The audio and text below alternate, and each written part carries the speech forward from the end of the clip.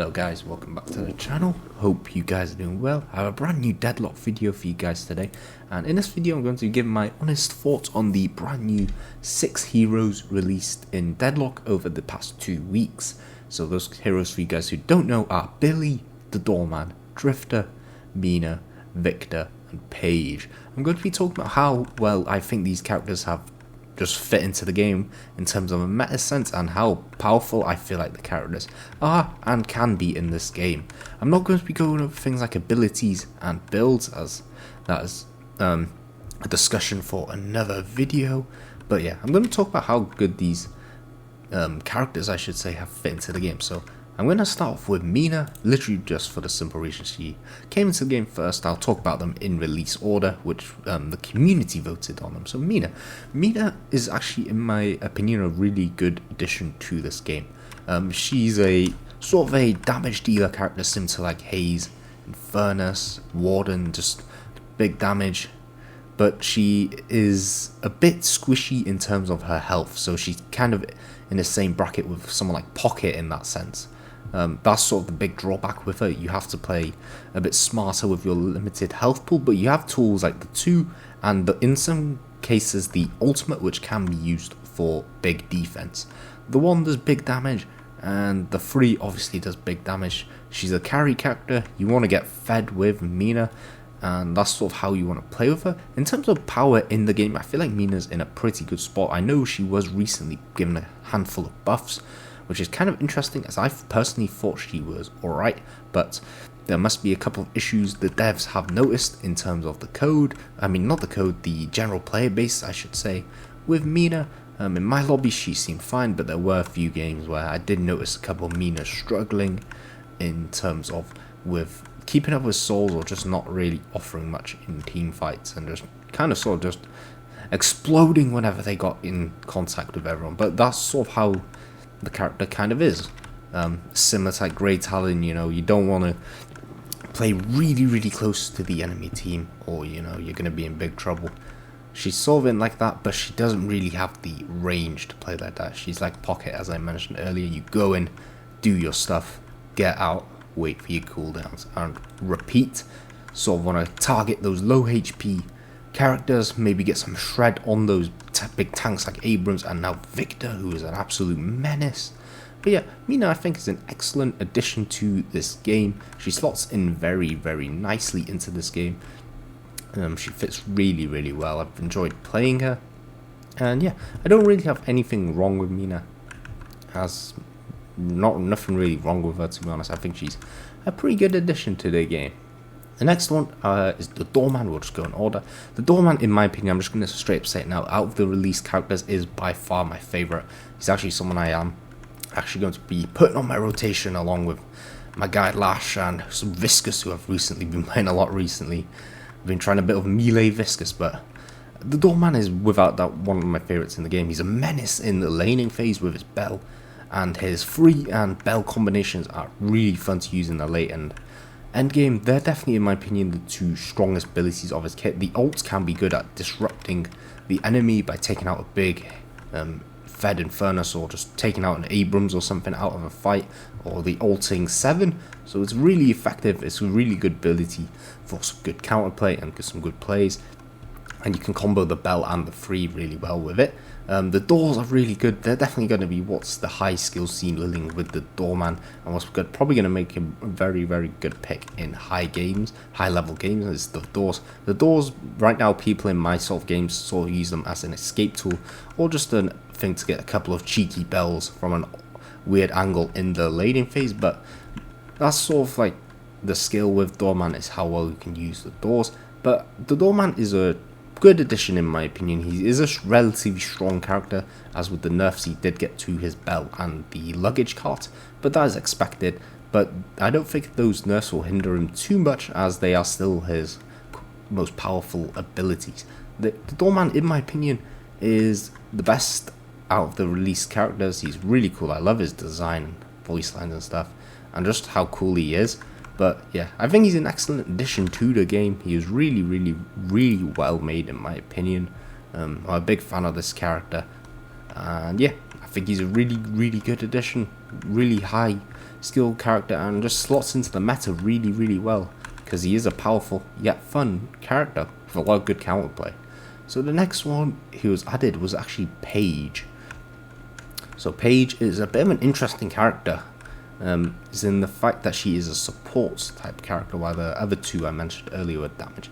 Actually, I'm quite a big fan of Paige. I've tried different builds on her, but the best ones does seem to be either the gun build, which is full gun items, or the spirit support build, or just base spirit damage build. Paige is a fun character. I really like the design of her abilities, especially how cool the ultimate is, and the wand does look really cool, even though I will be honest, I do find it a bit awkward to use at times, but that's sort of one of the downsides of this character. But the actual power of Paige is really strong. She's really strong. The 2, which is the shield, is really powerful, really strong. Just really strong in like the laning phase. At a scale of really good late game, you can just give someone extra HP, extra damage, as it does boost the weapon damage of whoever has the barrier on. So if you throw this on a Haze or Infernus, they're going to do big damage, or you might save someone. A really fun ability to use. But in my opinion, the most powerful item about Paige is definitely the 3. The stun is really strong. While a stun sort of like Warden's has the limitation of only hitting one person and being able to be escaped from, Paige's is a bit different, as you can actually hit multiple people, and amongst the fight it can be hard to keep track of this. So if you're in like a big team fight, you can very easily stun 2 or even 3 people just because they're occupied by other things, and just like using their resources like stamina and movement abilities in the fight, and you can get a really big stun. Is really strong. I really recommend trying the 3 out if you guys haven't made builds around it, but it's a really effective ability. The 4 is really good as well. The ult is really cool. I do like how it is, you can send the thing across the map, but how practical it is, I'm not too sure. I did try it a couple times when I first got Paige, but it didn't really do much. I only hit one enemy, but I haven't seen any clips of anyone getting any crazy cross maps yet. But it would be kind of cool if that can happen. Well, you just have to sort of time everything right and have the sort of the pieces fall into place for you, I suppose. But yeah, Paige I think is an excellent addition to this game. She fits really well into the support characters category, sort of like with like the likes of Kelvin and Dynamo and Ivy, who I think are also really good. And I suppose you can throw in a bit of Viscous in there as well.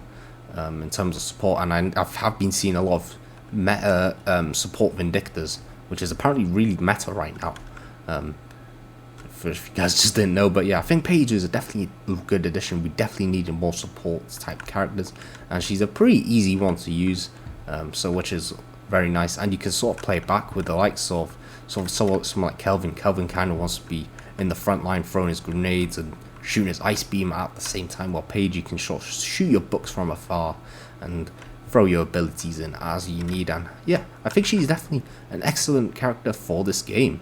So who is next? If I remember off the top of my head, well, I've kind of messed everything up because I forgot about Billy. I'm an idiot, but we're going to talk about Billy now. I forgot about Billy, but yeah, we'll throw Billy in here. I've kind of messed things up, but yeah, we'll put Billy here. I forgot about him, but yeah. Well, we'll talk about Billy. Billy is kind of my enemy right now. I've played quite poorly as him, to be honest. Whenever I have got him, he's a bit awkward to use. I think I do still slightly prefer Abrams, but I'll put more practice in. I'll practice him and get good at him. I hopefully can get good at him. But yeah, Billy, I can see why people love him. He's an all-action character who you just throw in the deep end and do your stuff. Billy is a pretty good, really good addition to this game, in my opinion. Billy is quite a easy character to get into, but he's a really hard character to master and know what to do. It's not all about spamming melees and spamming abilities, it's about using them right, and that's the difference between, well, the Billies who do well and, well, me when I play Billy and I'm just trying to brawl like him, like he's like Abrams, but he's not. He takes a lot more thought and strategy. His ult is very strong as well, but it's important not to waste it, because always remember that you do drag people in towards you. So if you're getting, you could always be drags a dynamo, let's say, and he just ults you once the thing's gone, and that could mess everything up. Or Doorman, and he just sends you to the hotel. But yeah, I think not Doorman. Billy is a pretty good addition to this game. I think he definitely suits the sort of tank brawler style, similar to like Abrams. I think he's a good addition. It's going to take a bit of time for me to get used to, but yeah, he's a good addition. He's received a couple of changes as well, which is kind of interesting. It was kind of buffed when he first came out, and now he's got a couple of nerfs, which do make sense. They're slowly tuning this character. But yeah, overall Billy is a good addition to this game. In my opinion, probably my least favourite out of the ones who did get released. But yeah, that's sort of what I want to say on Billy. Don't really have much to say, as the one I did play the least, even though he was the first one out. But yeah, I like Billy. I like his design, and get some gameplay. I'm going to need to put more practice into him, but he's a very good addition to the game. Well, next up, we have the Drifter. The Drifter is a really cool character, but he's insanely powerful right now in terms of the meta. He's destroying the game. He's sort of soloing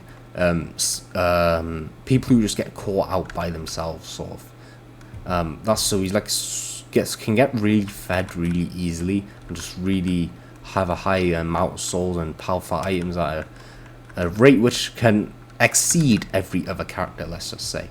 And that's kind of what makes him dangerous and really strong right now, as he can catch out anyone. So if you're on your own side of the map doing a camp, Drifter can just roll up, take you out, and just leave. He can be extremely dangerous. So if you are against him, I do recommend staying a bit close to your teams if you don't know the whereabouts of the Drifter right now. It's sort of like a horror movie villain in a way. Always know where the Drifter is before making a move. But yeah, I actually really like Drifters in design and kit, but I did struggle a bit when I did play him, as I'm not used to sort of just roaming around on my own and trying to take 1v1s. I'm a Lash player, I did mention, so I do like getting in big team fights and just going all in with my slam and flog on multiple people. But so this playstyle of Drifter is a bit different to me. He is a bit harder to use in team fights. His ult is, while it can be good in team fights, isn't the strongest ult to team fights. It's not the most scariest ult. It's dangerous in 1v1s, but other than that, it's not the greatest. But his core powers, the 1, 2, and the passive he has, are very, very strong. They can perform good in team fights, but his kit is centered around 1v1s and just catching people off guard and out of position, and that's all where he excels at. I think he's definitely a good switch up from the rest of the characters in this game. I think that definitely a character like this did need to be made just to switch up things, maybe allow the people who want to take more 1v1s to have a character who fits their playstyle more, or just for a different playstyle in general, to break away from the sort of damage, support, tank, melee, we have sort of in the game right now. So yeah, Drifter is a good addition. Might be a bit strong, and I do expect a couple of more nerfs to come his way. But yeah, I think his design and everything is really cool, and yeah, he's a good addition. So finally we have Victor. Victor was released last night, and he was beyond busted. He is a full-on menace when it comes to tanking. His whole thing is that he can't die, as he says.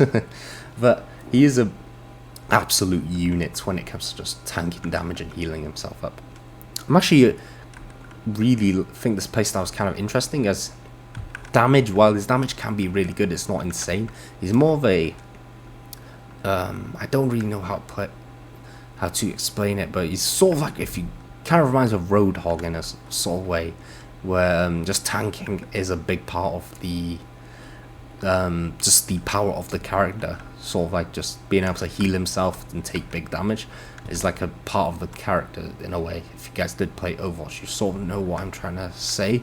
So because what you can do is you can use the 2 to damage yourself and then regen health, and combo it with a 3 to damage anyone who's near you, and combo it with things like Torment Pulse and just do big damage. But you sort of need your team to be around you. You can't really solo people because you're also going to take big damage, and you don't want to obviously get caught out, because if you die you also get revived with his ult, and you don't want that really to happen. But the ult is really strong in team fights, just bringing yourself back and doing a huge AoE stun, and it can do huge damage that as well. It can literally change fights, and the cooldown for how strong this ult is really short when you consider things like Dynamo's ult, which has a massive cooldown.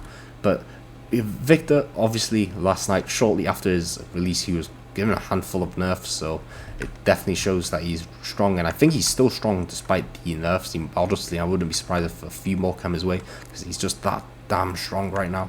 He's literally a machine at tanking.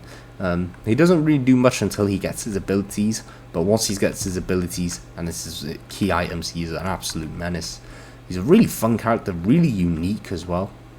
There's not really anyone like him in terms of the tank role. You have obviously the likes of Abrams and stuff, but they're a bit different than Billy. But yeah, I think he's an excellent addition, Victor. We'll have to see what the future does hold for him, because I do expect in similar way to the Drifter and more nerfs. But yeah, I think he's a good addition. So yeah, that's my honest opinions on the characters. Let's do a quick little ranking of them. So first I'm going to be putting the Doorman, and following Doorman I think I might actually put Mina, followed by Paige, followed by Drifter, Victor, and Billy in that last. That's probably how I'm going to rank them in terms of my personal enjoyment. This isn't in terms of how strong the character is, just how much I enjoy playing them. So yeah, that's just a quick little overview and my honest thoughts on all these characters. I think they all fit into the game really well. While there obviously is going to be naturally adjustments to all these characters, buffs and nerfs, like pretty much every game whenever a new character comes out, whether it's like Overwatch or Apex Legends or your just general favourite game with a bunch of characters or even weapons which get adjusted. But yeah, this is naturally just going to happen, just natural game balancing stuff. But yeah, I think the core kits of these characters are all excellent. Sort of like pretty much everyone in Deadlock has an excellent kit, and I think these characters do slot in really well, and I'm looking forward to seeing who else gets added next, as I have an absolutely enormous interest in this game right now, and yeah, I can't stop thinking about it, can't stop playing it, and yeah, what the next update is, I'm looking forward to it, and I'll continue to play this game even more. But yeah, hope you guys enjoyed, and yeah, I'll catch you guys in a future video. Thank you guys for watching.